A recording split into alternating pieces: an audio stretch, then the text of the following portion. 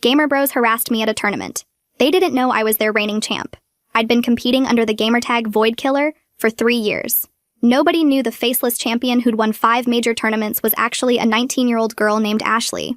The second I walked into the tournament hall, a group of guys at the registration table started laughing.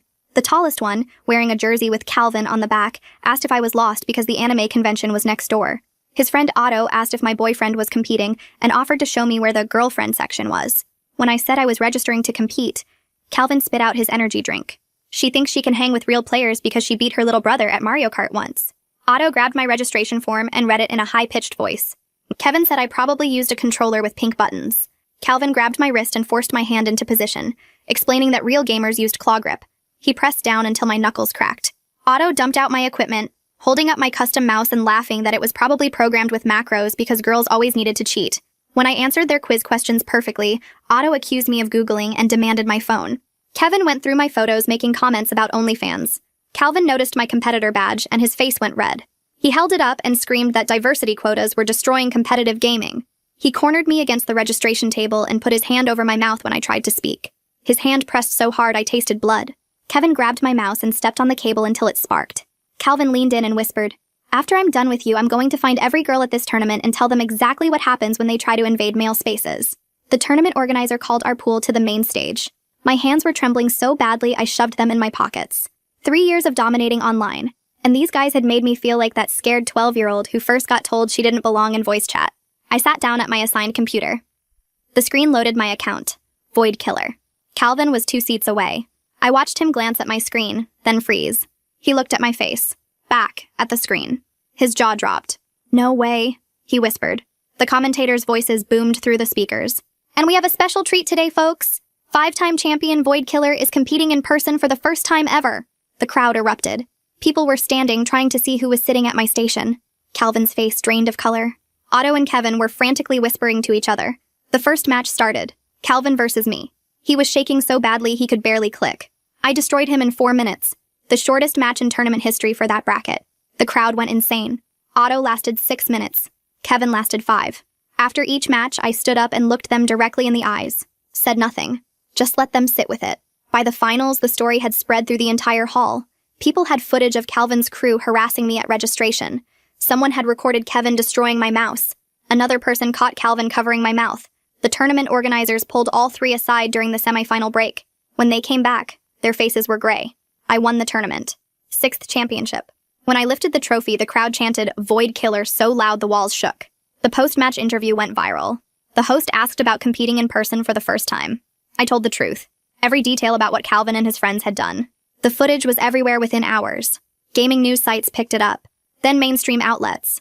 Calvin's team dropped him before the sunset. Otto lost his streaming partnership. Kevin's sponsorship deals evaporated overnight. 3 weeks later, the tournament organization announced a permanent ban on all 3. Lifetime. No appeals.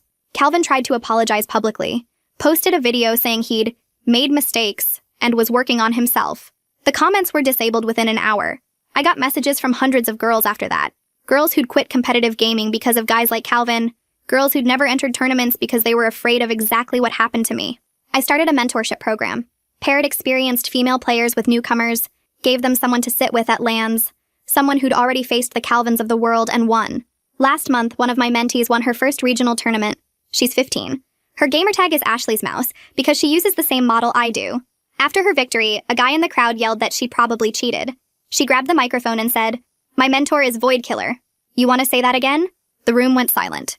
Then the crowd started laughing. At him. That's the thing about spaces people say you don't belong in. You don't just take them. You hold them open for everyone who comes after you. Calvin streams to about 40 viewers now.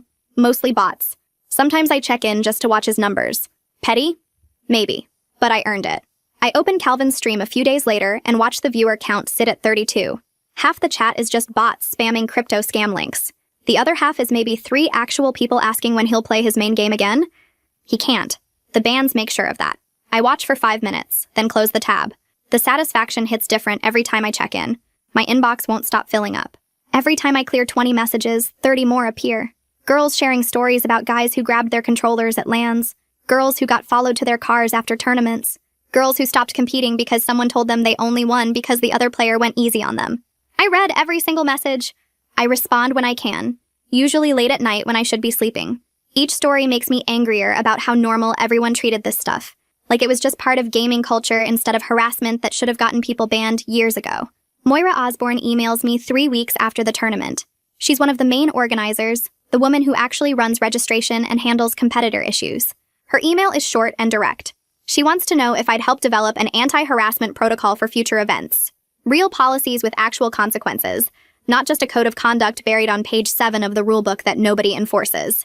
I write back within an hour. Yes. Absolutely yes. Because words on paper mean nothing without someone who lived it helping write them. We spend 3 weeks on video calls drafting the policies. Moira pulls in 2 other organizers and a lawyer who specializes in event safety. I tell them exactly what happened at registration. The wrist grabbing, the equipment destruction, Calvin's hand over my mouth. I make them understand that harassment doesn't just happen during matches. It starts the second women walk through the door. The policies we write cover everything. Mandatory harassment training for all competitors before they can register. Immediate removal for physical intimidation. Lifetime bans for documented patterns of abuse. The policies protect competitors from registration through post-event interactions, including online harassment afterward. Moira pushes to include a reporting system where witnesses can submit evidence anonymously. The lawyer makes sure everything is enforceable and won't get the organization sued. The first tournament using the new protocols happens 2 months later. I register as both competitor and observer. Moira wants me there to see how enforcement actually works in real time. I arrive early and watch registration from across the hall. A guy in a green jersey walks up to the table where a girl is filling out her forms. He leans over her shoulder and says something about her appearance. I can't hear the exact words, but I see her shoulders tense. Security is there in under 2 minutes. 2 staff members in yellow vests pull the guy aside before he can say anything else. I watch the security team talk to him near the wall. They're calm but firm. One of them pulls out a printed sheet and points to specific sections while explaining the new policies. The guy's face goes from confused to shocked to red. They give him a formal warning that goes straight into his competitor file. 3 strikes and he's banned for life. He looks completely shocked that anyone actually cares about a comment. That tells me everything about how things used to be. How many girls heard worse and nobody did anything because it was just how tournaments were. The girl he targeted finishes her registration and walks toward the practice area. She stops when she sees me. She knows who I am. Everyone here knows who I am after the viral interview. She approaches slowly, like she's not sure if I want to be bothered. She thanks me by name. Says she almost didn't register for this tournament because she was scared of exactly what just got prevented. Her voice shakes when she talks about watching my interview and deciding to try competing in person for the first time.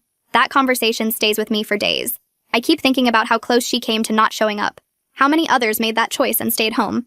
I compete in the tournament and win. My 7th championship. During the post-match interview, the host asks about the new harassment policies. I dedicate the win to every girl who quit gaming because someone made them feel unwelcome. The crowd reaction is even louder than my 6th win. People are standing and chanting. Some of them are holding signs with messages supporting the new policies. The energy in the room feels different from any tournament I've competed in before. Cleo Darling contacts me a week after the tournament. She's a gaming journalist who's been covering esports for 5 years. Her email explains that she wants to interview me for a longer feature about women in competitive gaming. Not just my story, but the bigger picture of what's changing in the scene. I agree because she promises to center other voices, not just mine. Too many articles about harassment focus only on the victim story and ignore everyone else fighting the same battles. We meet for the interview at a coffee shop near the tournament venue. Cleo brings a recorder and a notebook filled with questions. She asks about the hundreds of messages I received after the viral interview. I tell her each one represented someone who'd been failed by the community. Someone who faced harassment and got told it was just part of gaming. Someone who reported abuse and watched organizers do nothing. Cleo writes everything down, then looks up and asks if I've thought about doing something more structured than individual responses. Something that could help more people at once instead of one message at a time. I spend the next few days thinking about what she said. The question keeps coming back to me while I'm practicing, while I'm reading messages, while I'm trying to sleep. One by one isn't working anymore. My inbox has over 300 unread messages now, and that number grows every single day. I can't keep up with individual responses and still compete, and still have any kind of normal life. The mentorship program idea starts taking shape in my head, but I don't know what it would actually look like. I just know something has to change, because what I'm doing now isn't enough. I email Moira and ask if we can talk about something bigger than just the harassment policies. She responds within an hour asking when I'm free. We meet at the same coffee shop where I did the interview with the journalist. Moira brings her laptop and a notebook, and looks genuinely excited when I explain the mentorship program concept. Pairing experienced female players with newcomers who need support and guidance. Giving them someone to sit with at tournaments so they don't walk into registration alone like I did. She loves it immediately and starts taking notes before I even finish explaining. She tells me the tournament organization has resources they can dedicate to this: meeting space, promotional support, maybe even some funding for equipment if mentees need it. We spend 2 hours mapping out the basic structure, and by the end of the meeting I feel like this might actually work. The next 3 weeks are all about building the application system. Moira handles the technical side while I focus on what questions we need to ask. Mentees describe their experience level, what games they play, what kind of support they're looking for, whether they need help with strategy, with handling tournament pressure, with just having someone there who understands. Mentors specify what they can offer based on their own experience and availability. The whole point is making matches that actually mean something instead of just randomly pairing people up and hoping it works. We launch the application process, and I post about it on my social media. Within 24 hours, we have 47 mentee applications and 12 mentor applications. The mentee numbers don't surprise me, but I was worried we wouldn't get enough experienced players willing to mentor. 12 is a solid start, though. I read through every single mentee application personally. Some of them are heartbreaking. Girls who quit competing after harassment. Girls who never started because they were too scared. Girls who play online but can't imagine walking into a tournament venue alone. One application is from a 17-year-old named Heather, who describes herself as skilled enough to compete, but terrified of attending events without support. She's been playing for 4 years, has strong mechanics, knows the meta inside and out, but she's never been to a single LAN because the idea of walking in alone makes her physically sick. I accept her as one of my personal mentees immediately. We start video chatting twice a week to practice together. She's even better than her application suggested. Her game sense is incredible and her execution is clean. The only thing holding her back is fear, and I know exactly how that feels. I promise her I'll sit with her at her first tournament, and I mean it. I'm not letting her walk into that venue the way I walked into mine. The other mentors start connecting with their mentees, and Moira sets up monthly check-ins to make sure the matches are working. Most of them are going really well. A few pairs realize they're not compatible, and we rematch them with other people. The flexibility is important, because forcing connections that don't work helps nobody. 2 months after we launch the program, Heather tells me she's ready to register for a tournament. It's smaller and regional, not one of the major circuits, but it's still a huge step for her. I clear my schedule to be there. Registration day arrives, and I meet Heather outside the venue. She's shaking so badly she drops her equipment bag twice before we even get to the door. I pick it up for her and carry it inside. At the registration table, she can barely hold the pen to fill out her forms. Her hands are trembling and she keeps apologizing. I tell her there's nothing to apologize for and help her complete the paperwork. I stay right next to her through the entire process, making it completely clear she's not alone. Other competitors glance at us and I see recognition in some of their faces. They know who I am. Nobody says anything inappropriate. The tournament starts and Heather wins her first match, then her second, then her third. She makes it all the way to semifinals before losing to a player who's been competing for 5 years. After the match, she's practically glowing despite the loss. She tells me that just participating without anyone making her feel unwelcome is worth more than any trophy. That feeling of safety and belonging matters more than the competitive results. I understand exactly what she means. 3 months after launching the program, we have 15 active mentor-mentee pairs, and Moira suggests we create a private Discord server for everyone. The community aspect becomes just as valuable as the individual mentoring relationships. People share strategies, discuss tournaments, vent about bad experiences, celebrate victories. It's the support network I wish had existed when I started competing. I keep entering tournaments myself because staying visible matters. 4 months after everything with Calvin, I win my 8th championship. Standing on that stage holding the trophy feels different now. I'm not just winning for myself anymore. Every victory proves that speaking up didn't end my career. Every championship shows that you can call out harassment and still succeed. The weight of that responsibility sits heavy, but I wouldn't trade it for anything. A new application comes in from a 14-year-old named Bridget. Her essay talks about watching my viral interview and deciding she wanted to compete despite being scared. She describes years of playing online while hiding her identity, avoiding voice chat, never revealing she was a girl. She says seeing me win after everything that happened made her believe maybe she could compete too. I accept her application before I even finish reading it. This is exactly why I started the program. Bridget reminds me so much of myself at that age, it's almost strange. The same aggressive playstyle, the same fear of being visible, the same hunger to compete mixed with terror of what might happen if she shows up in person. She's naturally talented in ways that can't be taught, but she's never played at a LAN, never sat at a tournament station, never felt the pressure of competing with people watching. We start working together, and I can see her potential immediately. She just needs someone to help her believe she belongs there. We start meeting twice a week over video calls, and I walk her through everything I know about competitive play. The first few sessions focus on mechanics and strategy, but I quickly realize she needs more than that. I teach her breathing exercises for when the pressure builds during matches. I show her how to recognize when someone is trying to get in her head and how to block it out. I explain the mental tricks I use when my hands start shaking or my heart races too fast. She practices on stream while I watch and give feedback in real time. After each session, I send her notes about what worked and what needs adjustment. The improvement happens fast, because she's naturally talented and willing to put in the work. 4 weeks in, she asks me the question I've been waiting for. She wants to know if people will treat her the way Calvin treated me. I pause the recording and think about how to answer honestly without scaring her off. I tell her some people might try, but the environment has changed since my incident. Tournament organizers actually enforce harassment policies now. Other players are more likely to speak up when they see something wrong. The community isn't perfect, but it's better than it was. I promise her I'll be there at her first tournament, sitting in the audience where she can see me. She goes quiet for a minute, then thanks me in a voice that sounds relieved. We keep practicing, and I watch her confidence grow with each session. She starts playing more aggressively and taking risks that pay off. Her reaction time improves, and her strategy gets sharper. By the time her first tournament comes around, she's ready, even if she doesn't fully believe it yet. The regional qualifier happens on a Saturday morning at a convention center 2 hours from my apartment. I drive there early and find a seat in the audience section with a clear view of the competitor stations. I'm wearing my Void Killer jersey so she can spot me easily when she looks up. The venue fills up fast, and I watch players register at the same tables where Calvin cornered me 8 months ago. Everything looks different now. Security walks the floor checking badges. Staff members wear shirts that say, "Ask me about our harassment policy," in bright letters. The atmosphere feels safer, even though I know one tournament doesn't fix everything. Bridget arrives looking nervous, and I catch her eye from across the room. She gives me a small wave, and I see her shoulders relax slightly. She registers without incident and heads to her assigned station. The first match starts, and she wins cleanly against an opponent who clearly underestimated her. The second match takes longer, but she adapts her strategy mid-game and pulls out a victory. By the third match, other people in the audience are starting to notice her aggressive playstyle. She's playing exactly like I taught her, with the same calculated risks and fast decision-making. I watch her destroy her third opponent and feel this surge of pride that catches me off guard. This is what the mentorship program was supposed to create. Her fourth match puts her against a guy who's been competing for 3 years. The match starts well, and she takes an early lead.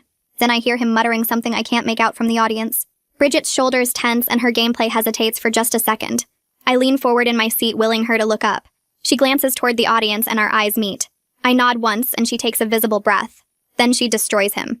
Not just wins, but completely dominates in a way that leaves no room for doubt about her skill. The guy's face goes red, and he shoves back from his station when the match ends. Bridget stands up and walks past him without saying a word. I see her fighting back a smile as she heads to the waiting area. During the break between rounds, she finds me in the crowd. She tells me that moment when she looked up and saw me there changed everything. She says it felt like taking back power she didn't even know she'd lost. The words hit me hard because I remember that exact feeling.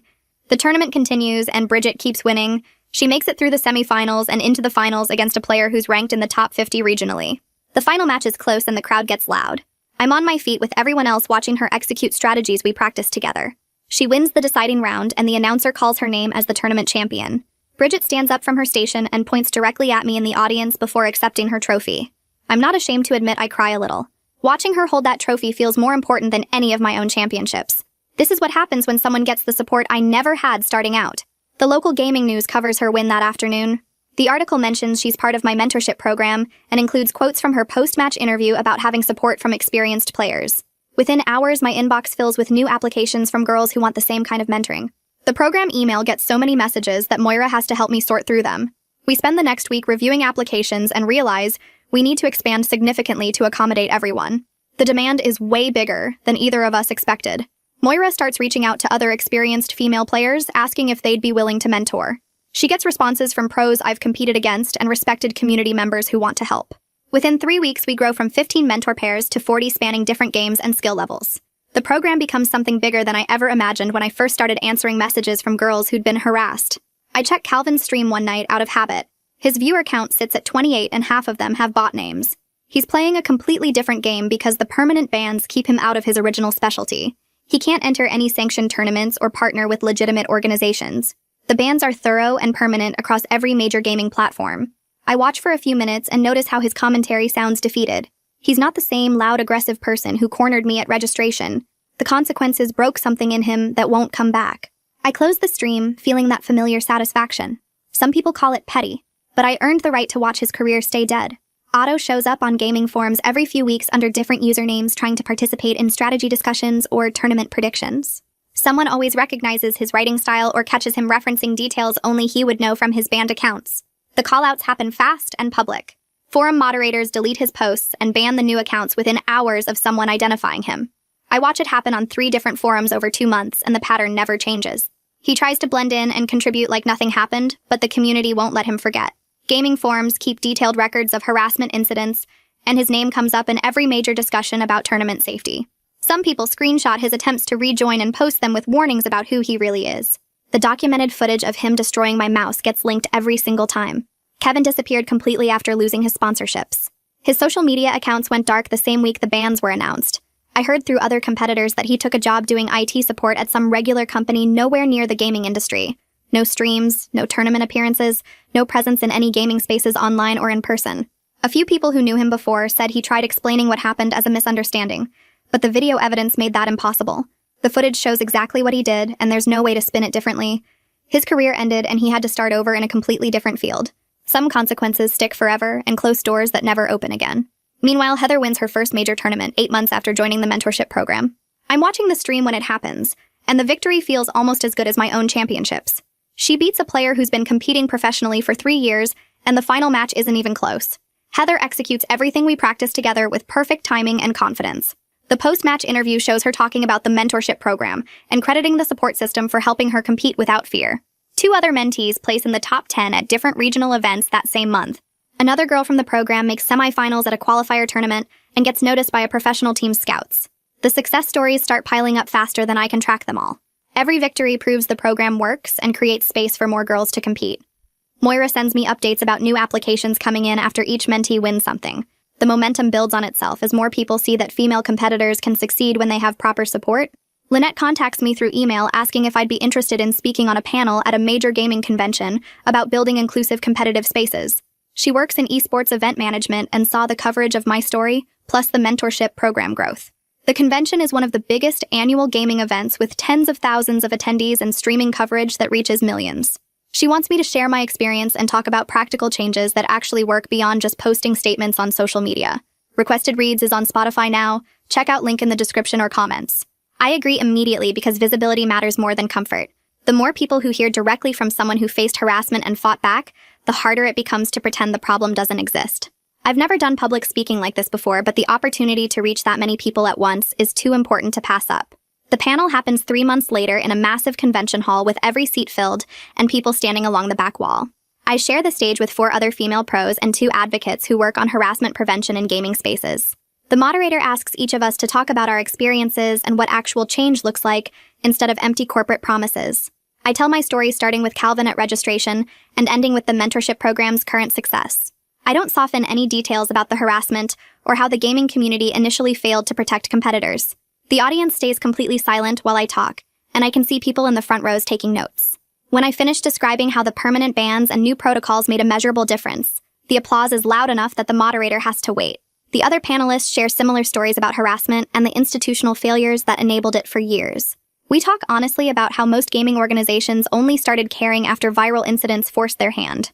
The discussion covers everything from registration safety to social media harassment to the casual sexism that still exists in gaming culture.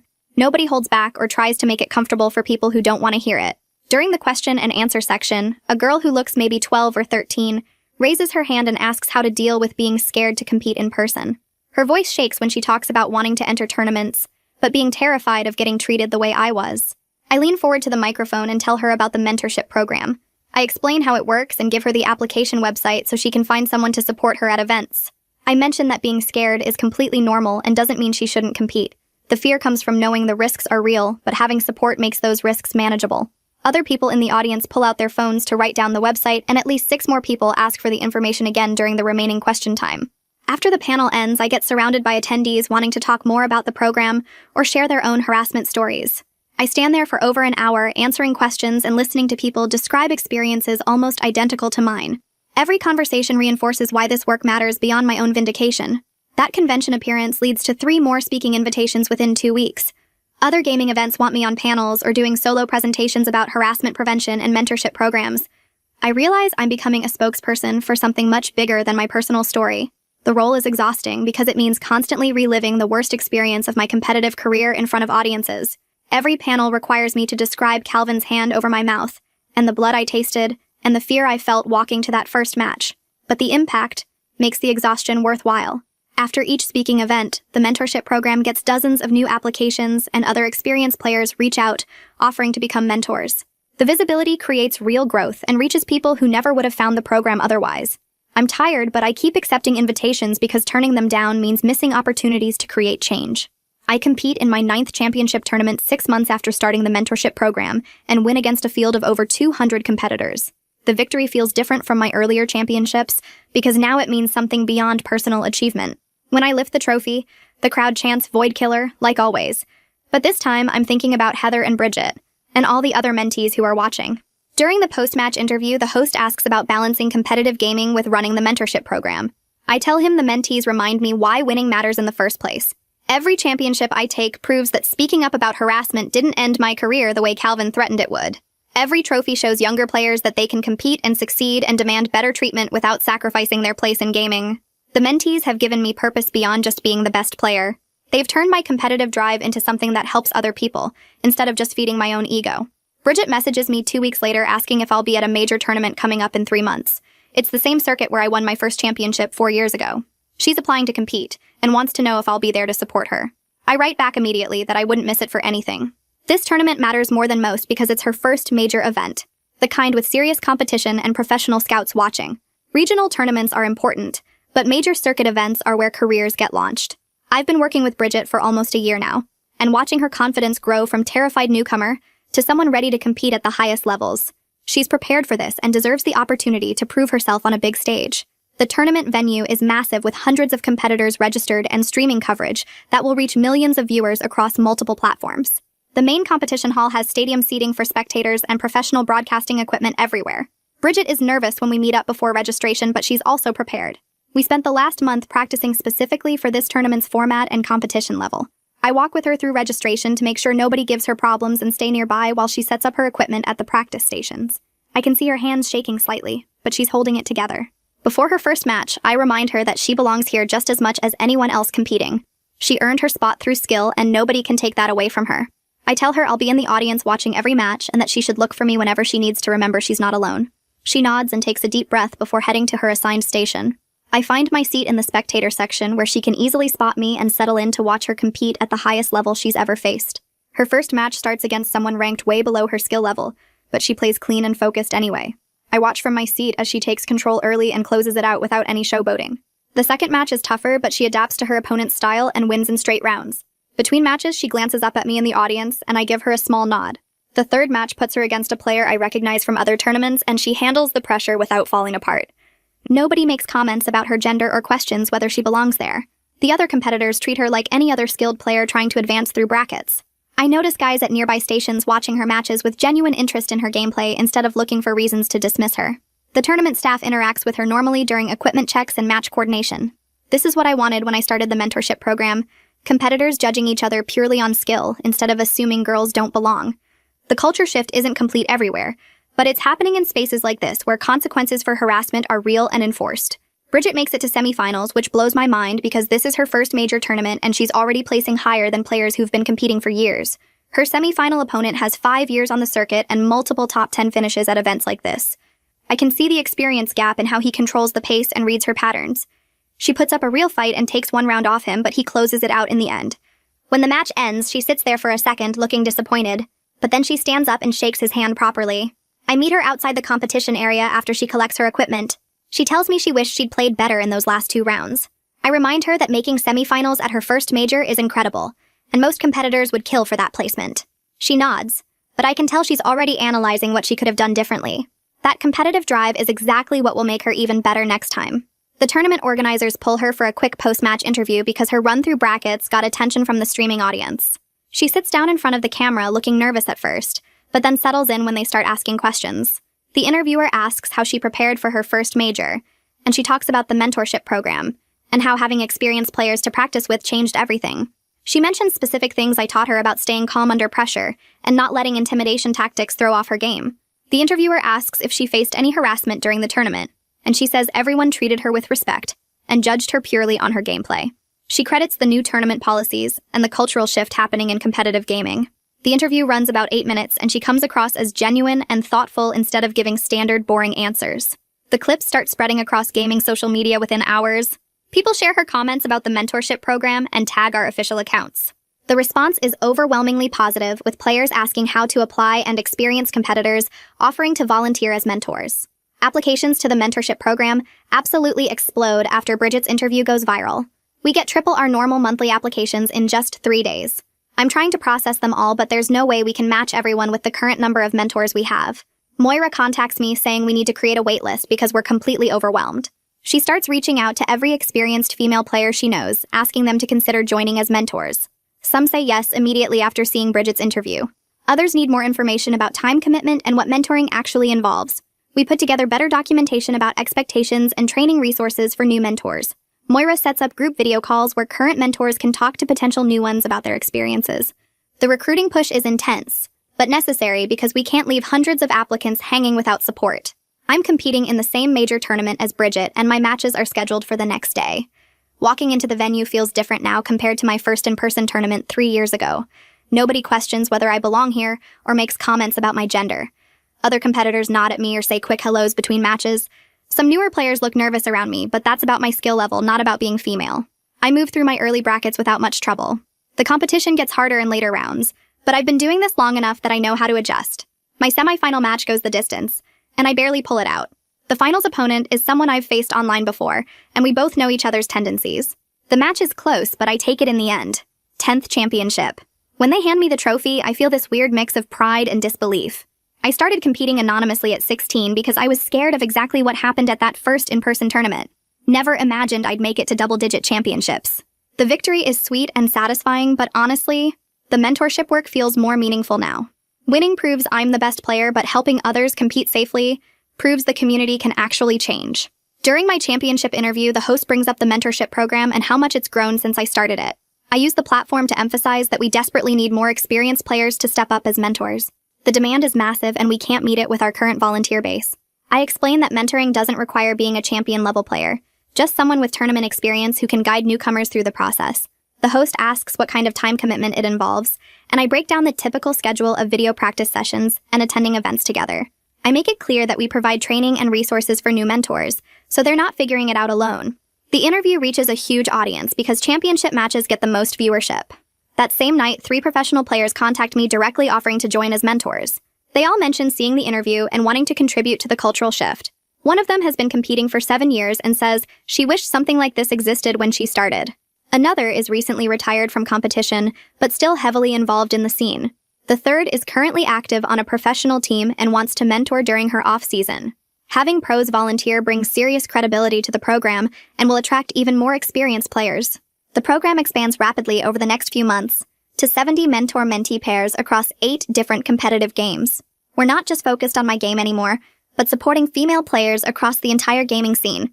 Moira helps establish regional chapters so people can meet in person instead of only connecting online. The chapters organize local practice sessions and group attendance at smaller tournaments. This gives mentees the chance to compete with built-in support systems instead of showing up alone and scared. The organizational structure is becoming real and legitimate, instead of just me answering messages and setting up video calls. We have coordinators for different regions and game categories. We create better tracking systems for mentor-mentee matches and progress reports. The whole thing is turning into an actual organization with reach and impact beyond what I imagined when I first started responding to those hundreds of messages. Heather gets signed to a professional team, which is massive news because they're one of the biggest organizations in competitive gaming. She becomes one of their first female players in the team's entire history. Her signing announcement specifically credits the mentorship program for helping her develop the skills and confidence to compete at the professional level. The announcement gets picked up by major gaming news sites and brings another wave of attention to what we're doing. Applications surge again, and we have to expand our waitlist. The professional team's social media posts about Heather joining get huge engagement with mostly positive responses. Sure, there are still some idiots in the comments making stupid jokes, but they get drowned out by genuine excitement. Other professional teams start paying attention and reaching out asking about our mentorship model. Some want to partner with us to develop their own female player pipelines. The whole ecosystem is shifting in ways that felt impossible 3 years ago. 2 other major tournament organizations invite me to consult on their harassment policies. They want to implement the same standards we established after my incident with Calvin. I bring the same uncompromising approach to their policy development. No more looking the other way when competitors harass each other. No more treating abuse as normal trash talk that's just part of gaming culture. Mandatory reporting systems for harassment complaints. immediate investigation procedures with clear timelines, graduated consequences starting with warnings and escalating to permanent bans for serious violations. Both organizations adopt policies that are even stricter than what I initially proposed. They recognize that half measures don't work, and competitors need to know that harassment has real consequences. The policies go into effect at their next major events, and competitors are required to acknowledge them during registration. Some players complain about political correctness ruining gaming, but they're the exact people these policies are designed to weed out. 10 months after her first major tournament, Bridget competes in another one. I'm in the audience again watching her walk through registration with complete confidence. She's not the nervous kid who needed me to fill out her forms anymore. She moves through early brackets smoothly and efficiently.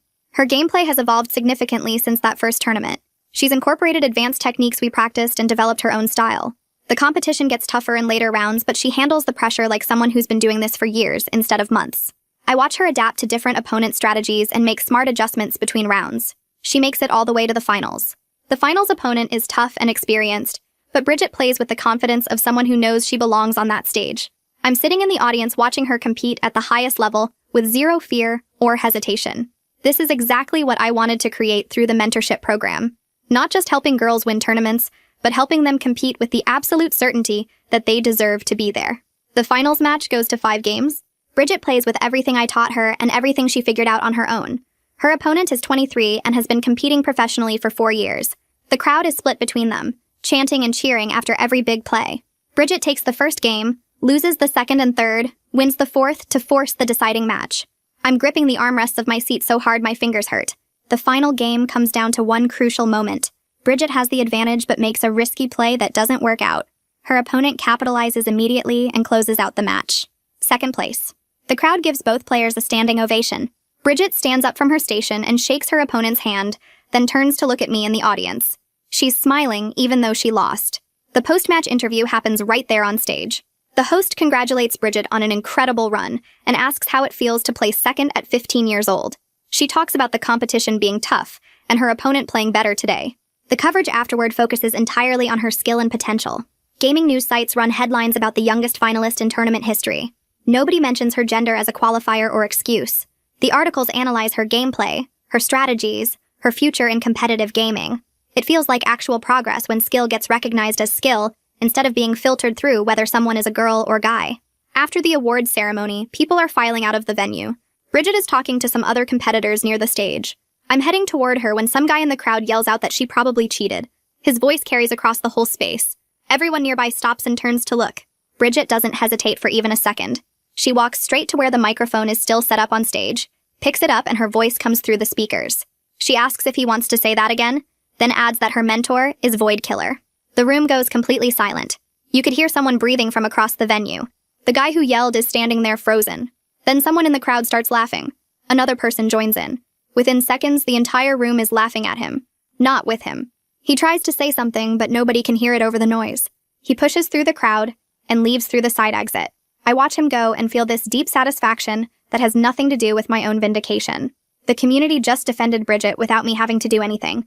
Other competitors are patting her on the back and congratulating her. Tournament staff are smiling.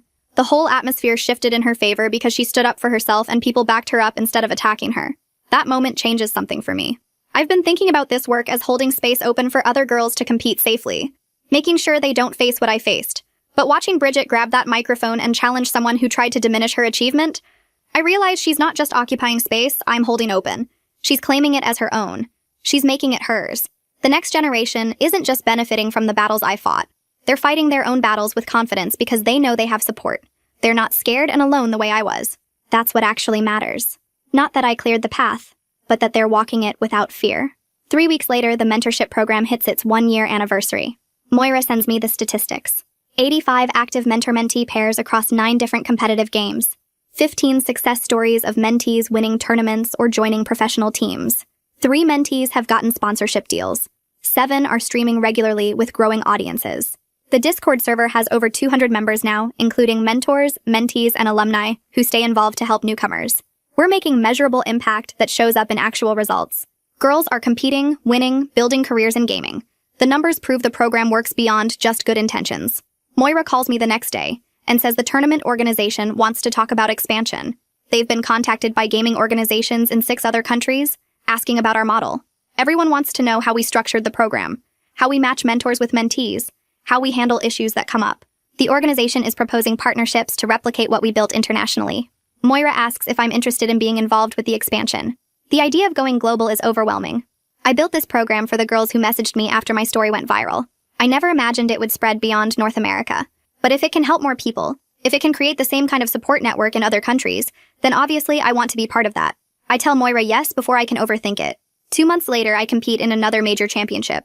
I win my 11th title. During the post-match interview, the host asks about my future plans. I announce that I'm stepping back from competing full-time to focus on leading the mentorship program. I'll still compete occasionally, but my priority is the work that creates lasting change instead of just adding more trophies to my collection. The decision feels right. I've proven everything I needed to prove as a competitor. Now it's time to put that energy into building something bigger than my own career. The crowd applauds when I explain what the program does and how it's expanding. Several people come up to me afterward asking how they can get involved as mentors. 3 months after that, Bridget competes in another major championship. I'm not competing this time, so I sit in the audience and watch her dominate every match. She's incorporated new techniques we practiced and developed her own style that's different from mine. Her gameplay is aggressive but calculated. She takes risks but always has backup plans. She makes it through bracket after bracket until she's in the finals again. This time she wins. Youngest champion in that tournament's entire history.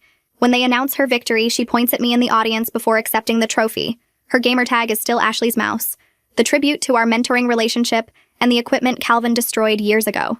The commentators mention the story during the broadcast. How she's part of the mentorship program. How having support from experienced players changed everything for her. Bridget's victory speech happens right there on stage with thousands of people watching in person and hundreds of thousands streaming online. She talks about how having a mentor who understood the specific challenges made all the difference. She encourages other experienced players to join the mentorship program because that support matters more than anyone realizes. The message spreads across gaming social media within hours. Clips of her speech get shared everywhere. Applications to become mentors triple overnight. People who never considered mentoring are reaching out asking how they can help. The impact goes way beyond just Bridget's individual achievement. I watch her lift that trophy and see the same fierce joy I felt at my first championship. But there's something different about her victory compared to mine. I had to fight alone. I had to prove myself to a community that didn't want me there. I had to face harassment and intimidation with nobody backing me up until after I'd already won. Bridget didn't have to do any of that. She competed knowing she had support. She faced that heckler knowing the community would defend her. She built her career knowing there were people who wanted her to succeed. That's the whole point of everything I've been working toward. Not that I survived the harassment and won anyway, but that the next generation doesn't have to survive it at all because we changed the environment they're competing in. That's what victory actually looks like. 2 months after Bridget's championship, the mentorship program hits 100 mentor-mentee pairs. Moira calls me on a Tuesday afternoon with the numbers and asks if I'm ready to make this official. We spend 3 weeks filing paperwork to establish a formal nonprofit organization. Moira becomes executive director because she has the organizational skills, and I have the public profile. We divide responsibilities based on what each of us does best. The nonprofit status means we can accept donations and grants to cover travel costs for mentees attending their first tournaments. We can pay for equipment for girls who can't afford decent setups. We can offer scholarships for tournament entry fees. This thing I started by answering messages in my inbox has turned into something sustainable and bigger than any one person. The structure means it'll keep going even if I step back someday. I still compete occasionally because walking away completely would feel like letting the Calvins win in a different way. 14 months after the original incident, I win my 12th championship at a major tournament in Seattle. The victory feels less important than the message it sends every single time I step on stage. Speaking up about harassment didn't end my career. I'm still here. I'm still winning. Every trophy proves that telling the truth doesn't make you weak or ruin your future. The gaming media covers my 12th win, but spends more time talking about the nonprofit and how many girls are competing now who wouldn't have before. That shift in focus is exactly what I wanted. Calvin's stream is down to 40 viewers now when I check it late one night. Most of the chat is bots spamming crypto scams and fake giveaway links. He's playing a different game because he can't compete in his original specialty anymore with the lifetime bans.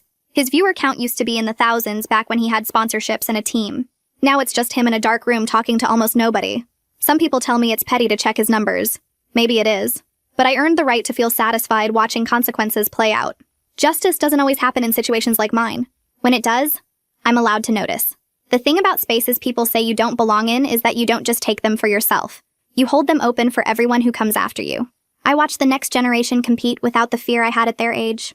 They walk into tournament halls knowing there are policies protecting them, and mentors supporting them, and a community that will defend them if someone tries what Calvin tried. Bridget lifts trophies without anyone questioning if she cheated. Heather joins professional teams without anyone asking if she's just there for diversity.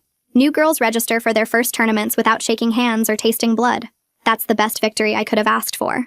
Not revenge, not personal glory, just watching the doors stay open and seeing who walks through them. All right, that's all I've got today. Thanks for letting me share this little moment with you. I hope it sits with you in a good way.